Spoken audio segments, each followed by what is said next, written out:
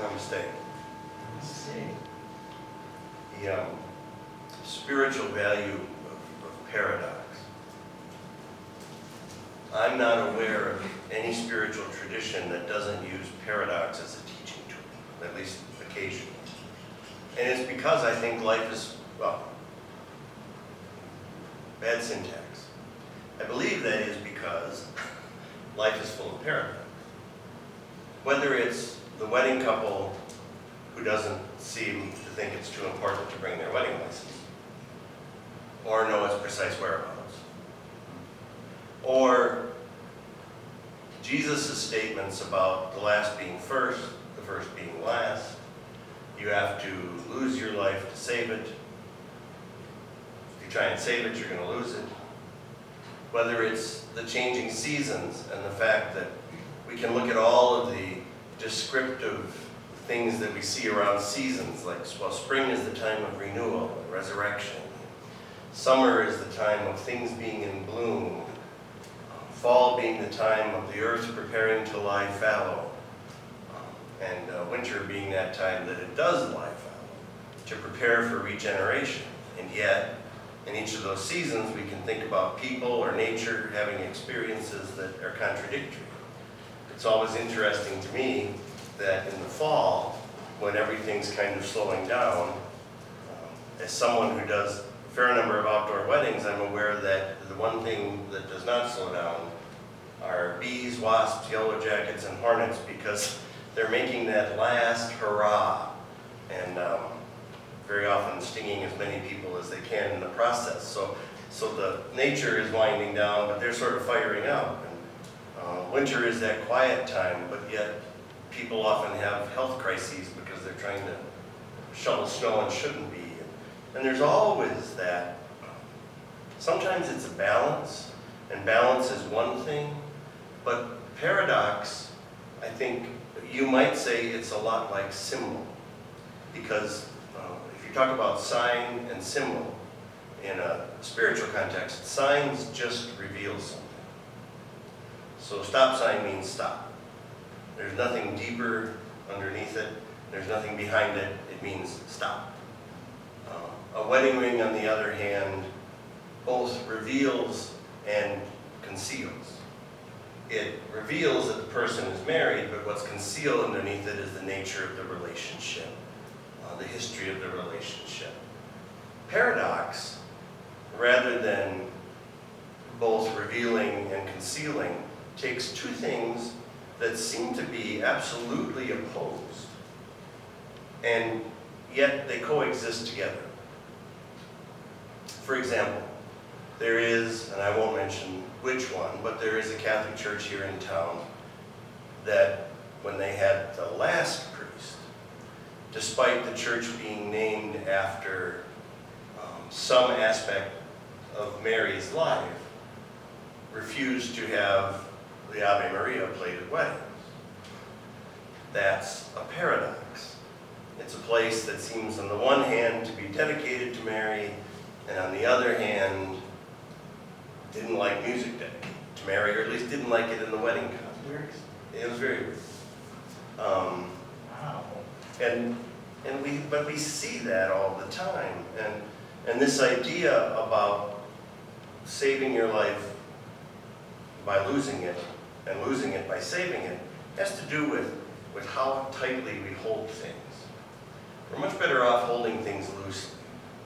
But anybody who has ever experienced lack of anything, whether physical or spiritual or emotional, and that means everybody, has had this experience where they feel very ungrounded by that, almost like the rug's been pulled out from under them. And of course that doesn't feel good. And so what we tend to do is squeeze at that point, try to hold on. You even see it in organizations.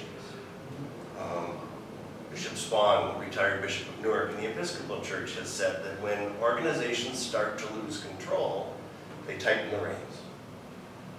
And of course, when they tighten the reins, more people Take off. Remember, there was this stuff, and I don't remember what it was called, but maybe it was called green slime, but it wasn't really slime, and I want to say it was the 80s, and it was The stretchy type. Yeah. Feeling. gooey feeling, that if you tried to hold it, it would like squish out of your hand, and the only way to really hold it was to sit like this. Yep.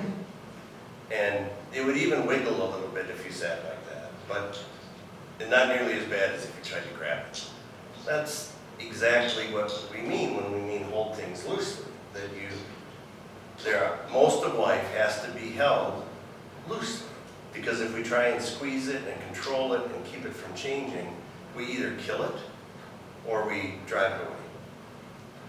And yet, there's something about our very nature that says, that believes, if I hold something loosely, it's going to leave of its own accord. But like that green slimy stuff, it won't.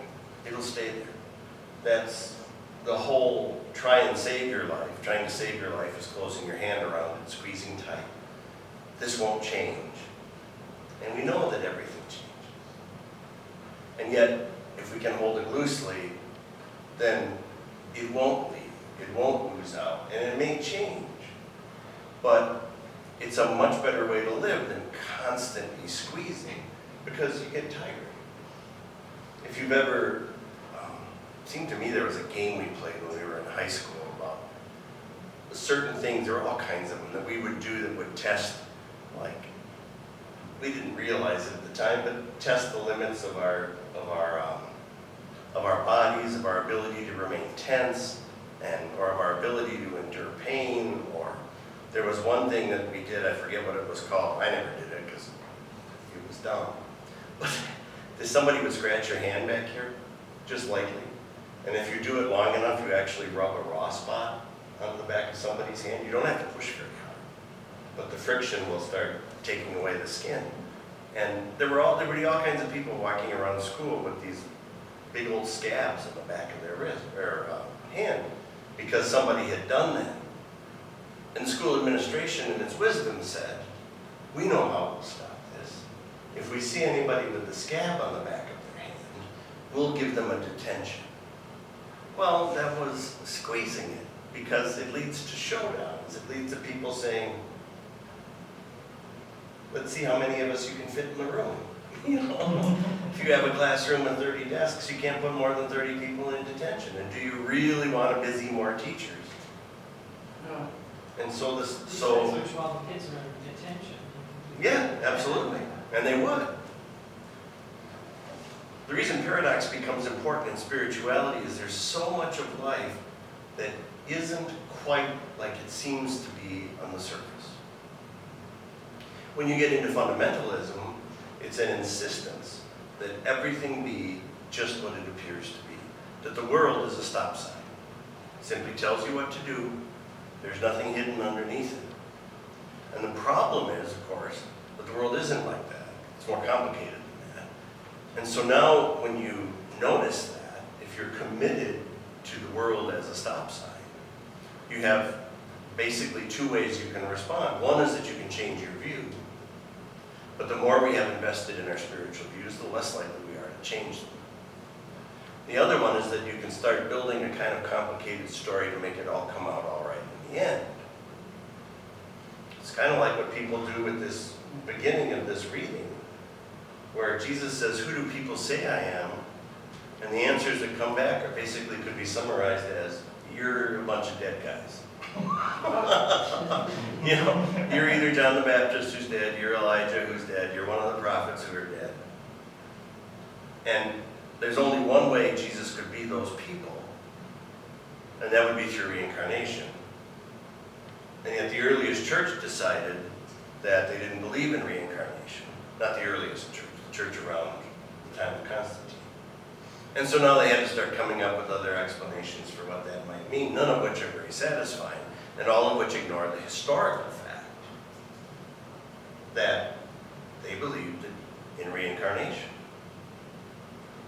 And of course the problem is, if Jesus is reincarnate, then he isn't the unique Son of God in the way that they were saying he was. And now the gymnastics started. if you've ever seen chronological Bibles, they take the Bible and try and, particularly the Gospels, and try and rearrange them in chronological order.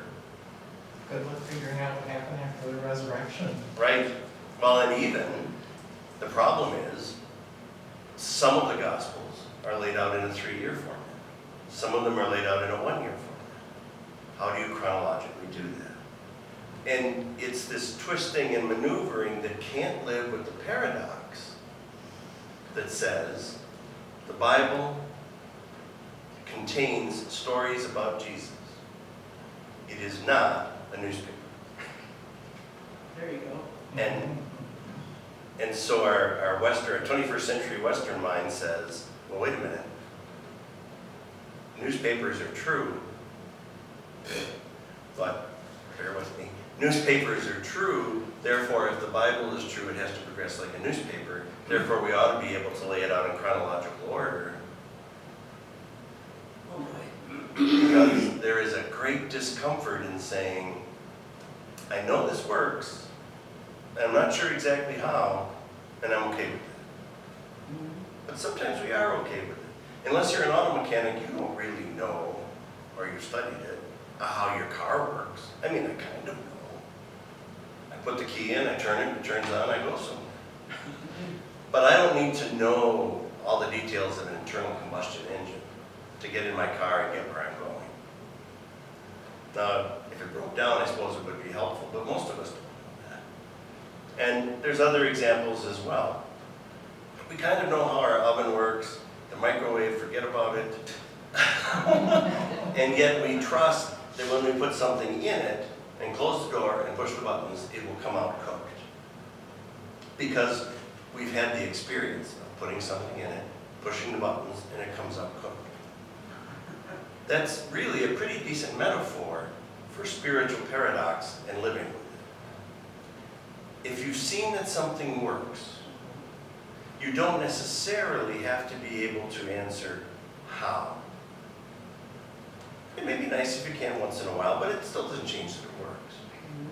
When I did field service, on ultrasound equipment, one of the machines, and they're still around, that they use on hearts and vascular systems, used essentially the principles of a radar gun and to detect blood flow. And you get an audio representation of that, and they could turn it into colors. And somebody once said, oh, we need to know how this works. And this guy spent 6 hours drawing a calculus program on the board.